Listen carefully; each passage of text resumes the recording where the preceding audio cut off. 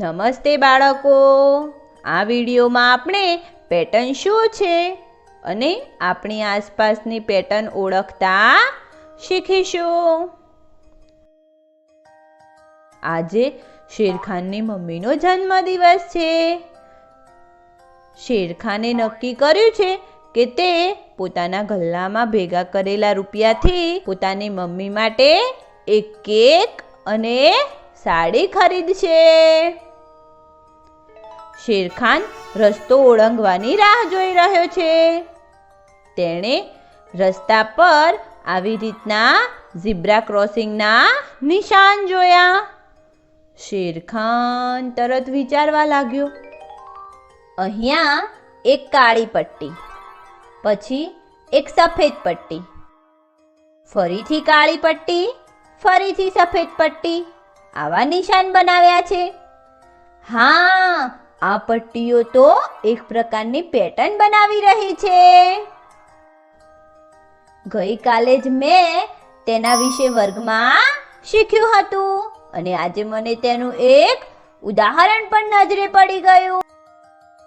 બાળકો, શું તમે જાણો છો કે પેટર્ન શું હોય છે?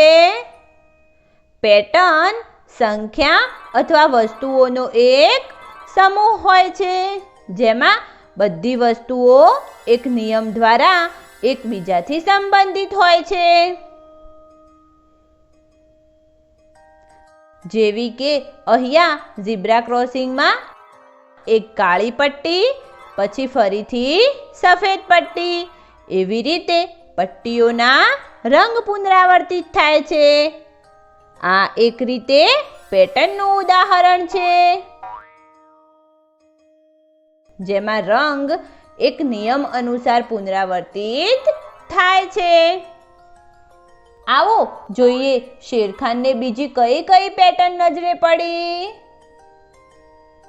શેરખાન જે દુકાનેથી કેક ખરીદવા ગયો તે દુકાનની બહાર આવી રીતનો દરવાજો છે.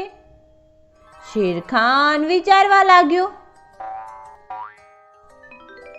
અરે વાહ, આ દરવાજો કેટલો સુંદર છે. તેમાં કેટલા અલગ અલગ આકાર બનેલા છે. પછી શેરખાને તે દરવાજાને વધારે ધ્યાનથી જોયો અને વિચાર્યું, આ શું? આમાં પણ એક પેટર્ન છે. બાળકો, શું તમે જણાવી શકો કે આ દરવાજા પર શેરખાનને કઈ પેટર્ન નજરે પડે છે? તમે ઈચ્છો તો વિડીયો રોકીને આનો જવાબ વિચારી શકો છો. જો આપણે દરવાજાને ધ્યાનથી જોઈશું તો મેળવીશું કે અહીંયા પહેલા એક ત્રિકોણનો આકાર બનેલો છે, ફરી તેના પછી એક ચોરસનો આકાર બનેલો છે અને છેલ્લે એક વર્તુળનો આકાર બનેલો છે.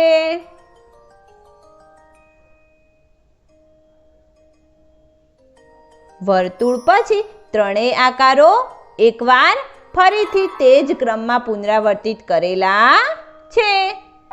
એવી રીતે આ દરવાજામાં પણ આકારોનો ઉપયોગ કરીને એક પેટર્ન બનાવેલ છે.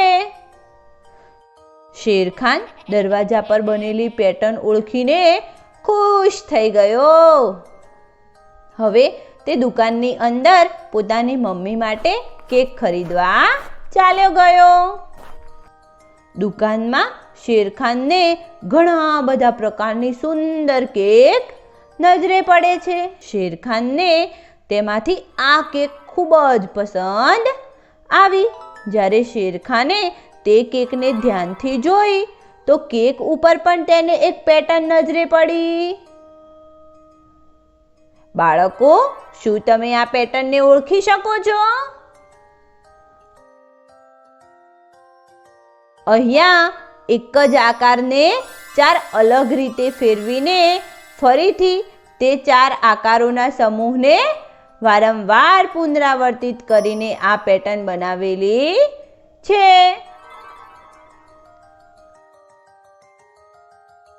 શેરખાને તે કેક ખરીદી લીધી. હવે તેની મમ્મી માટે સાડી ખરીદવા આવ્યો છે. સાડીઓની દુકાનમાં વિવિધ ભાતની સુંદર સાડીઓ છે.